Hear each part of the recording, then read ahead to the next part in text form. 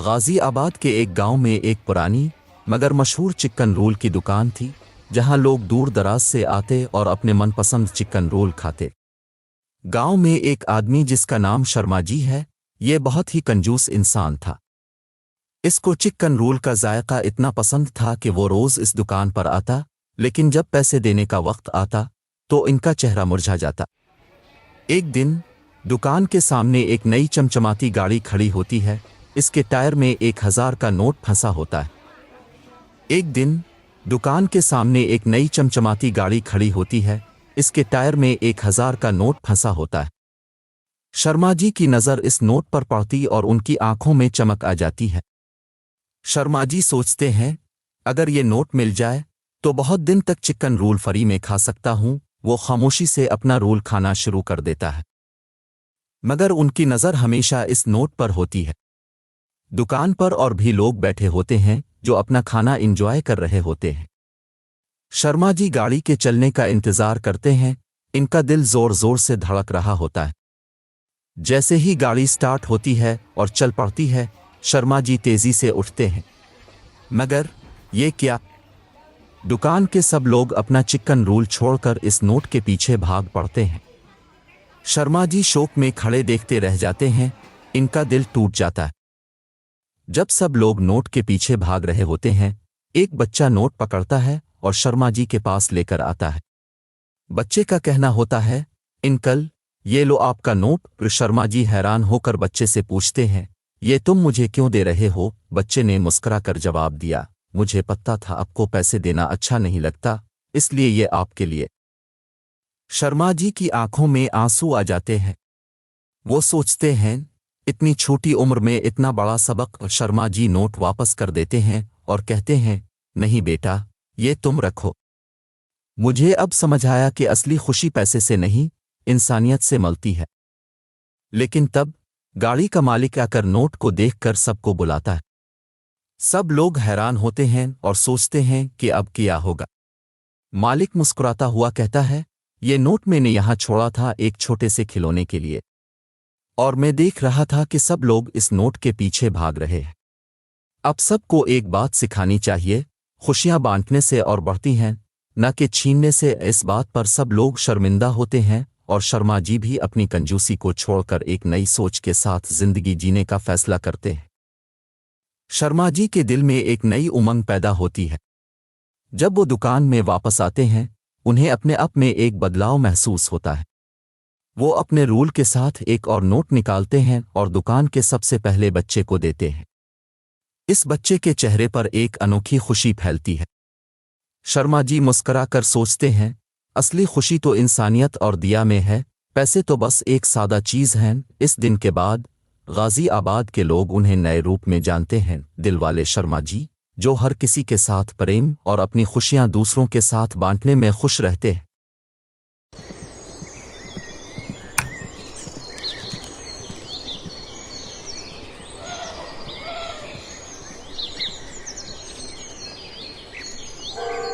एक गांव था जहां बीतो रहता था। बीतो एक मेहनती आदमी था जो अपनी मेहनत और ईमानदारी से जीने वाला था। बीतो अपने काम में इतना मगन होता कि उसे दिन और रात का पता ही नहीं चलता। गांव के लोग उसकी तारीफ करते और कहते कि बीतो जैसे लोग ही असली हीरो होते हैं। इसी गांव में गुप्ता भी रहता था। गुप्ता काम से ज्यादा दूसरों पर नजर रखता था और हमेशा दूसरों की तरक्की से जलता था। इसको बीतो की मेहनत और ईमानदारी से कोई मतलब नहीं था। इसका बस एक ही मकसद था, किसी भी तरह से पैसा कमाना और सबसे आगे रहना। एक दिन बीतो ने सोचा कि क्यों ना एक दाल चावल की दुकान खोली जाए। उसने अपनी थोड़ी सी जमा पूंजी लगाई और एक छोटी सी दुकान खोल ली। बीतो अपनी दुकान को प्यार से सजाता, सफाई करता और अपने ग्राहक को हमेशा मुस्कुराहट के साथ खुश आमदीद कहता। धीरे धीरे बीतो की दुकान चल पड़ी और ग्राहक उसकी तारीफ करते नहीं थकते थे। बीतो खुश था कि उसकी मेहनत रंग ला रही है। लेकिन गुप्ता ने जब देखा कि बीतो की दुकान चल पड़ी है, तो उसने भी एक दाल चावल की दुकान खोल ली। उसने सोचा कि अगर बीतो पैसा कमा सकता है तो वो क्यों नहीं। जब गुप्ता ने अपनी दुकान खोली तो उसने बीतो की हर चीज की नकल की। उसने वैसे ही बोर्ड लगाया, वैसे ही दाल चावल बेचने लगा। धीरे धीरे लोग गुप्ता की दुकान पर जाने लगे क्योंकि इसने अपने दाल चावल के रेट कम कर दिए थे। बीतो बहुत उदास हो गया, इसे समझ नहीं आ रहा था कि उसके साथ ऐसा क्यों हो रहा है। एक दिन जब बीतो अपनी दुकान बंद करने वाला था, उसके पास एक मुर्गी आई और उसने एक अंडा दिया। बीतो ने सोचा कि क्यों ना इस अंडे को दाल चावल में डाल कर देखा जाए। जब उसने ऐसा किया तो उसके दाल चावल की खुशबू लाजवाब हो गई और गाहक फिर से इसकी दुकान पर आने लगे। बीतो की दुकान फिर से चल पड़ी और वो फिर से खुश हो गया। गुप्ता ने देखा कि फिर से बीतो की दुकान चल पड़ी है तो उसने सोचा कि जरूर कुछ राज होगा। एक रात गुप्ता ने चोरी चोरी बीतो का पीछा किया और देखा कि बीतो अपने दाल चावल में एक मुर्गी का अंडा डाल रहा है। गुप्ता ने सोचा कि अगर वो मुर्गी चोरी कर लेगा तो उसकी दुकान भी चल पड़ेगी। अगले दिन जब बीतो अपनी दुकान बंद करके गया, गुप्ता ने वो मुर्गी चोरी कर ली। लेकिन जैसे ही इसने मुर्गी को हाथ लगाया, मुर्गी ने इसे जोर जोर से मारना शुरू कर दिया। गुप्ता बहुत शर्मिंदा हुआ और उसने अपनी गलती मानी। उसने बीतो से मुआफ़ी मांगी और अपनी दुकान बंद कर दी। बीतो ने गुप्ता को मुआफ़ कर दिया और दोनों मिलकर काम करने लगे। गांव के लोग खुश थे और सबको एक सबक मिला, मेहनत और ईमानदारी से ही असली जीत होती है। और इस तरह बीतो और गुप्ता की कहानी खुशियों से भर गई।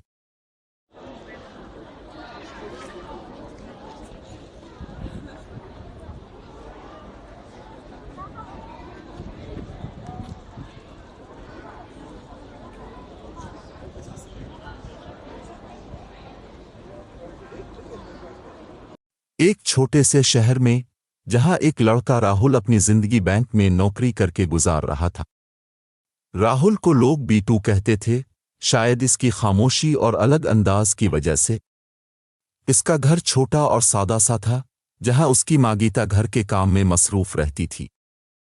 गीता का ख्वाब था कि इसका बेटा, जो शहर में तालीम याफ्ता और जदीद जिंदगी जीने वाला था, एक दिन किसी शहर की लड़की से शादी करे। इसका ख्वाब था कि उसकी बहू पिज़्ज़ा, बर्गर और काफ़ी जैसे मगरबी खाने बना सके, जैसे कि राहुल पसंद करता था। राहुल का दिल किसी और तरफ था। उसका दिल एक बैंक में काम करने वाली लड़की रुपुआ पर आ गया था। रुपुआ भी शहरी, जदीद और पढ़ी लिखी थी।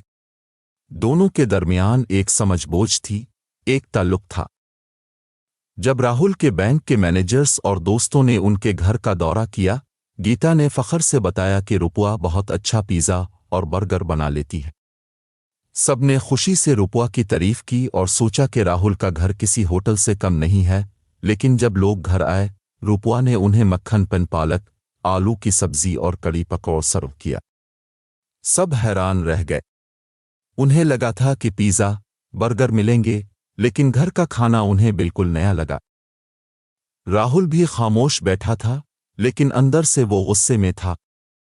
उसने रुपुआ से कहा, मुझे अभी पिज़्ज़ा और बर्गर चाहिए। गीता ने भी समझाने की कोशिश की, लेकिन राहुल ने इनकार कर दिया। फिर रुपुआ ने सच बता दिया कि उसे पिज़्ज़ा, बर्गर बनाना नहीं आता। राहुल गुस्से में किचन में चला गया। वहां जाकर उसने पिज़्ज़ा देखा। उसने रुपुआ से पूछा, ये किसने बनाया है? तो रुपुआ ने जवाब दिया, मैंने बनाया था, लेकिन मुझे लगा कि ये अच्छा नहीं बना, इसलिए किसी को नहीं दिया। राहुल को ये बात पसंद आई। उसने रुपुआ से कहा, यह बहुत मज़े का है। फिर से इसके दिल में रुपुआ के लिए मोहब्बत और मजबूत हो गई। गीता ने फिर से रुपुआ की बात की। राहुल ने कहा कि वो रुपुआ से ही शादी करेगा। गीता ने इसे समझाने की कोशिश की, लेकिन राहुल ने अपनी बात पर कायम रहने का फैसला किया। एक दिन राहुल ने रुपुआ से कहा, क्या तुम रोज़ाना पिज़्ज़ा और बर्गर बनाओगी मेरे लिए? रुपुआ ने हाँ कर दी और रोज़ाना राहुल के लिए पिज़्ज़ा और बर्गर बना देती। गीता ने राहुल की शादी रुपुआ से कर दी और राहुल खुश। राहुल और रुपुआ की जिंदगी चलती रही, पिज़्ज़ा और बर्गर के साथ। और गीता की खुशी की कहानी आज भी सुनाई जाती है कि कैसे एक बीटू ने अपनी जदीद बीवी को घर ले आया, मोहब्बत और खुशियों से भरी जिंदगी के साथ। इस कहानी से सबको ये सबक मिलता है कि मोहब्बत और समझदारी से रिश्ता बनते हैं, सिर्फ खाने ज़बान से नहीं।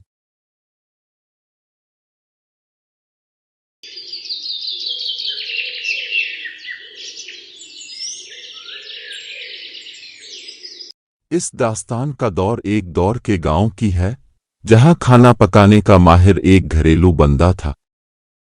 इसका खास मशहूर था ईचारी चिकन, जो उसने खुद बनाया हुआ था, और लोग उसके ईचारी चिकन को बहुत पसंद करते थे। यहां तक कि वो इससे पैसे कमाने लगा था। आखिरकार एक दिन एक और शख्स, रिजवान, इसके सामने एक दुकान खोलता है, जहां वो भी ईचारी चिकन फरोख्त करने लगता है। महमूद, गांव का माहिर ईचारी चिकन, इस बात से नाखुश हो जाता है कि अब उसकी फरोख्त कम होने लगे हैं। तुम क्या कर रहे हो, रिजवान? ये मेरी जगह है। तो कौन होता है कि तुम किसी को दुकान खोलने से मना करो? ये आज़ादी का दौर है, महमूद भाई। लेकिन मेरी मेहनत की दुकान है। तो मेहनत क्या करता है? मेरी मेहनत भी तो है। इसके बावजूद महमूद को रिजवान को दुकान से निकालने का कोई हल नहीं मिलता। वो परेशान होकर अपने दोस्त फैसल से मशवरा लेने जाता है। फैसल भाई, मैं बहुत परेशान हूं। रिजवान ने मेरी दुकान के सामने अपनी दुकान खोली है और मेरे किसानों को मेरी दुकान से दूर कर रहा है। ये तो बहुत बदकिस्मती है, महमूद भाई। लेकिन इसका कुछ किया जा सकता है। मैं सोच रहा हूं कि मैं उसकी दुकान को खराब कर दूं। नहीं, महमूद भाई, ऐसा करना गिरेबान हिलाने की बजाय मसला बढ़ा देगा। फिर मैं क्या करूं? तुम्हारे उसूलों पर चलने का अंदाज बदलो। अपने मश्तरियों को बेहतर खिदमत फराहम करो और अपने ईचारी चिकन का मकाम मजबूत बनाओ। तुम बहुत ही दुरुस्त कह रहे हो, फैसल भाई। शुक्रिया।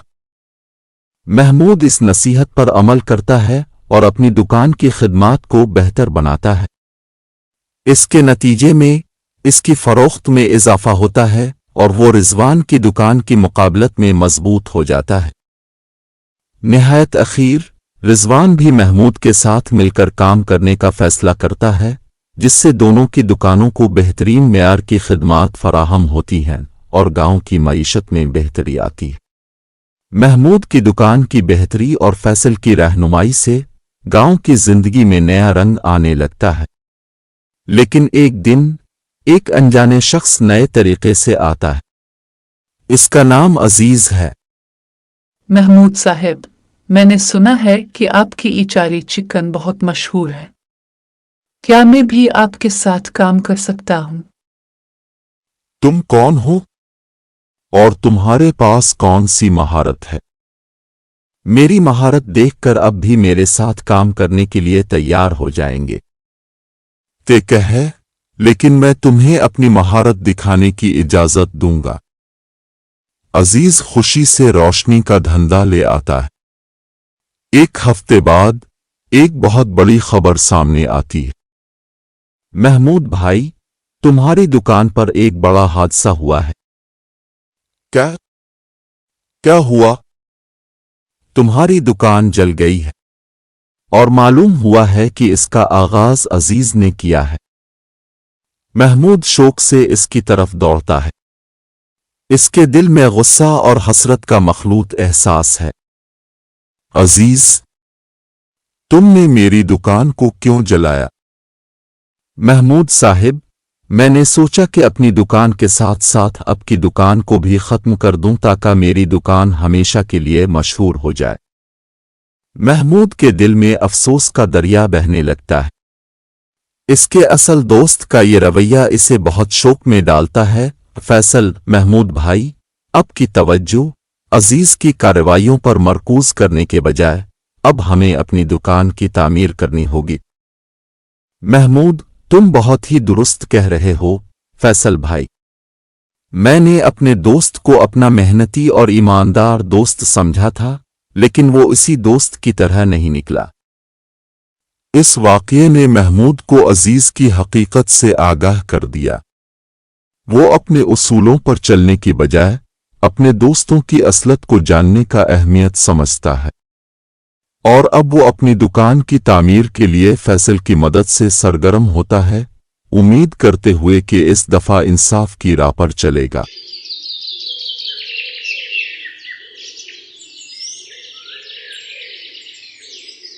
इस दास्तान का दौर एक दौर के गांव की है, जहां खाना पकाने का माहिर एक घरेलू बंदा था।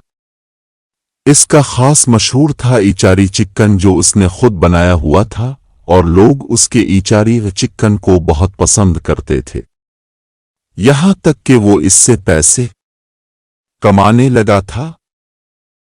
आखिरकार एक दिन एक और शख्स, रिजवान, इसके सामने एक दुकान खोलता है, जहां वो भी ईचारी चिकन फरोख्त करने लगता है। महमूद, गांव का माहिर ईचारी चिकन, इस बात से नाखुश हो जाता है कि अब उसकी फरोख्त कम होने लगे है।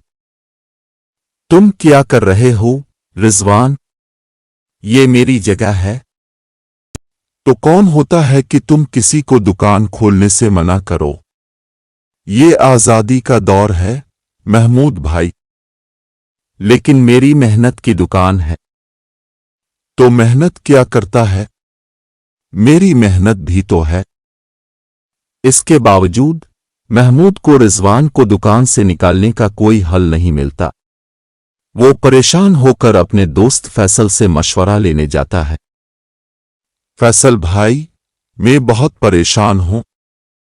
रिजवान ने मेरी दुकान के सामने अपनी दुकान खोली है और मेरे किसानों को मेरी दुकान से दूर कर रहा है। ये तो बहुत बदकिस्मती है महमूद भाई, लेकिन इसका कुछ किया जा सकता है। मैं सोच रहा हूं कि मैं उसकी दुकान को खराब कर दूं। नहीं महमूद भाई, ऐसा करना गिरेबान हिलाने की बजाय मसला बढ़ा देगा। फिर मैं क्या करूं? तुम्हारे उसूलों पर चलने का अंदाज बदलो। अपने मश्तरियों को बेहतर खिदमत फराहम करो और अपने ईचारी चिकन का मकाम मजबूत बनाओ। तुम बहुत ही दुरुस्त कह रहे हो फैसल भाई। शुक्रिया। महमूद इस नसीहत पर अमल करता है और अपनी दुकान की खिदमत को बेहतर बनाता है। इसके नतीजे में इसकी फरोख्त में इजाफा होता है और वो रिजवान की दुकान की मुकाबलत में मजबूत हो जाता है।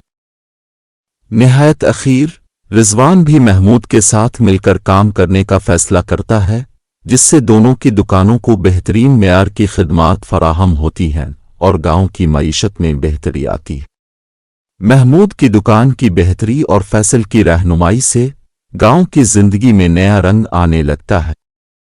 लेकिन एक दिन एक अनजाने शख्स नए तरीके से आता है। इसका नाम अजीज है। महमूद साहब, मैंने सुना है कि आपकी ईचारी चिकन बहुत मशहूर है। क्या मैं भी आपके साथ काम कर सकता हूँ? तुम कौन हो और तुम्हारे पास कौन सी महारत है? मेरी महारत देखकर अब भी मेरे साथ काम करने के लिए तैयार हो जाएंगे। ते कहे, लेकिन मैं तुम्हें अपनी महारत दिखाने की इजाजत दूंगा। अजीज खुशी से रोशनी का धंधा ले आता है।